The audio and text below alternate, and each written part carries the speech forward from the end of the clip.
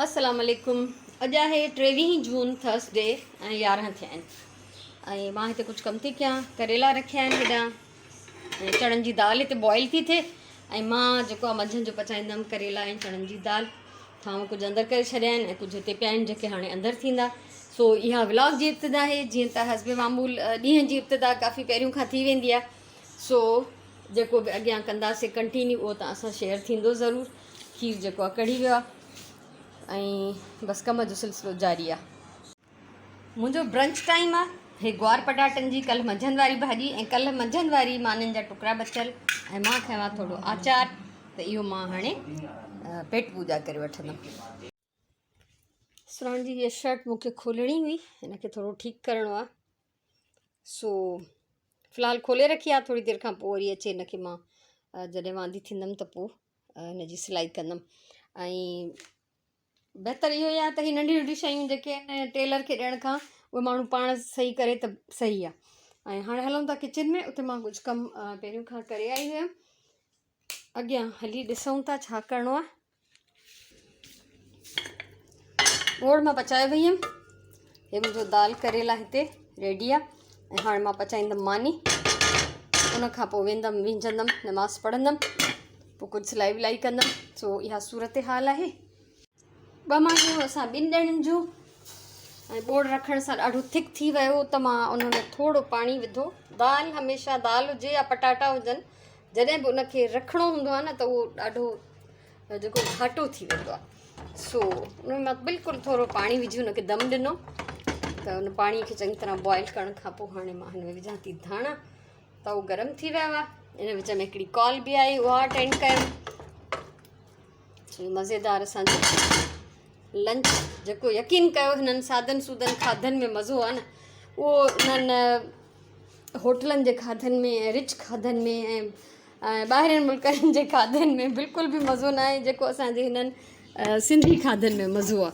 पंहिंजा देसी ऐं लाइट ऐं गर्मीअ में त ख़ासि तौर ते। सांझे जे अज़ान में कुझु मिंट रहिया आहिनि ऐं हीअ आहे सुरण जी शर्ट जेका मां ठीकु कई। ऐं ठीकु इहा की मुंहिंजे ॾाढी टाइट हुई त हिनखे मां थोरो लूज़ कयो आहे ऐं हिनखे थोरी सिलाई मूंखे ॿीहर करणी पई ऐं रहिजी बि मां हिनजी ओटी वराए छॾी आहे। हे हिनजो रओ आहे जेको असां ईअं डबल शेड में बल्कि सुरण जी पसंदि सां डबल शेड में डाई करायोसीं उन ॾींहुं वियासीं त हिते सॼे में हीअ अॻियां ऑरेंज पाइपिंग ऐं लूप्स लॻियल आहिनि ऐं हेठां हिनजो बॉर्डर बि जेको आहे ऑरेंज आहे, सिर्फ़ु फ्रंट जो। तंहिंजे करे हिनखे जेको आहे 2 ईअं शेड्स में डाई करायो। ॿियो मां हिनखे वेकिरो करण जे लाइ हिन में अंदरां मां प्लेन पिंक जी पटी हई आहे।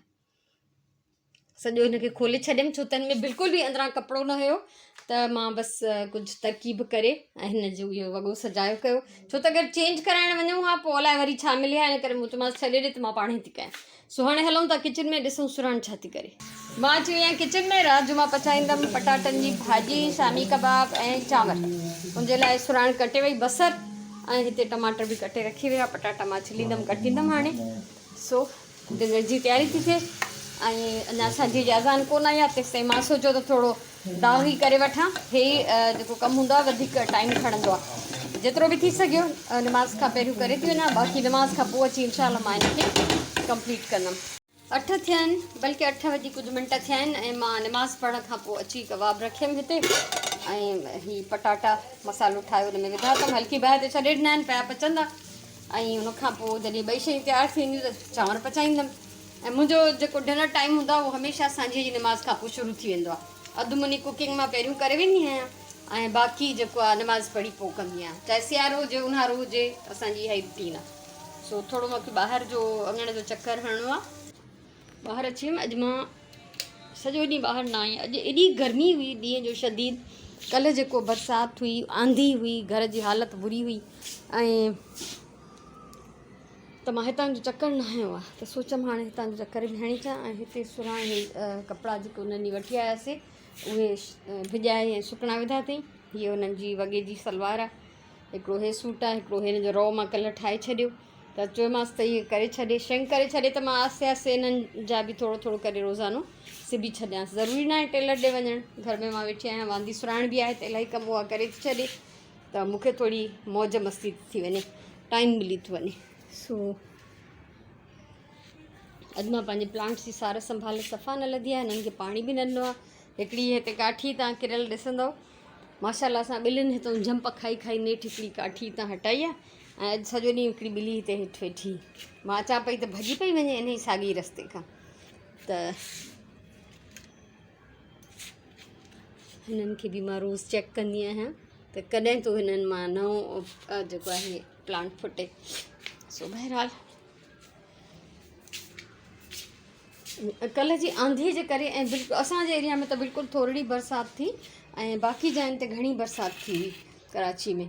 त उन खां पोइ ॾींहं जो त एॾी तपिश एॾी गर्मी हुई जो मूंखां ॾींहुं गुज़ारो न पियो थिए। मां सॼी मंझंदि सुम्ही निंड कई आहे, याने मंझंदि जी मानी खाई, नमाज़ पढ़ी, उन खां पोइ सुम्ही पियमि त 3 पहिरे जी अज़ान ते मूंखे सुराण उथारियो त अमी टाइम थी वियो आहे। पोइ उन खां पोइ बि मां इहा सिलाई कई अथमि सुराण जी।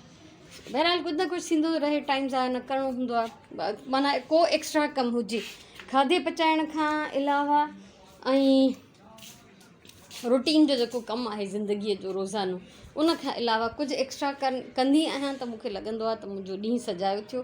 न कंदी आहियां त पोइ मां थोरो बसि ॾुखिजी वेंदी आहियां त अॼु मां कुझु कोन थियो। सो कुझु को कपिड़ो सिबणु, को कटिंग करणु, कुझु एक्स्ट्रा करणु। अॼु एक्स्ट्रा वर्क बि इलाही कयो आहे। मां मथे वई आहियां शयूं हेठि मथे करणु, ऐं कबट अञा सेट न आहे हाली त मां ईअं शयूं ठूसींदी वई आहियां उन में। सो उनखे रोज़ानो हितां कढी हुते रखणु, हुतां कढी हुते रखणु, जीअं जीअं सम्झ में ईंदी वेंदी आहे ॻाल्हि, तीअं तीअं मां हिननि जूं जायूं जेके आहिनि मटाईंदी वेंदी आहियां।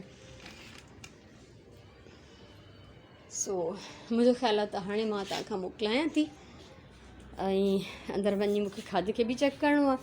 ख़ुशि हुजो, आबाद हुजो, सलामत हुजो। इंशाअल्लाह ज़िंदगी रही त सुभाणे जुमो आहे, लाइव सेशन में मिलंदासीं ऐं सुभाणे जो व्लॉग न हूंदो, असां आम्हूं साम्हूं मुलाक़ात कंदासीं इंशाअल्लाह। सो तेसिताईं मूंखे इजाज़त ॾियो, सुभाणे गॾु हूंदासीं। तव्हांजे लाइ इलाही सारो प्यार, इलाही सारियूं दुआऊं। अल्लाह वाही।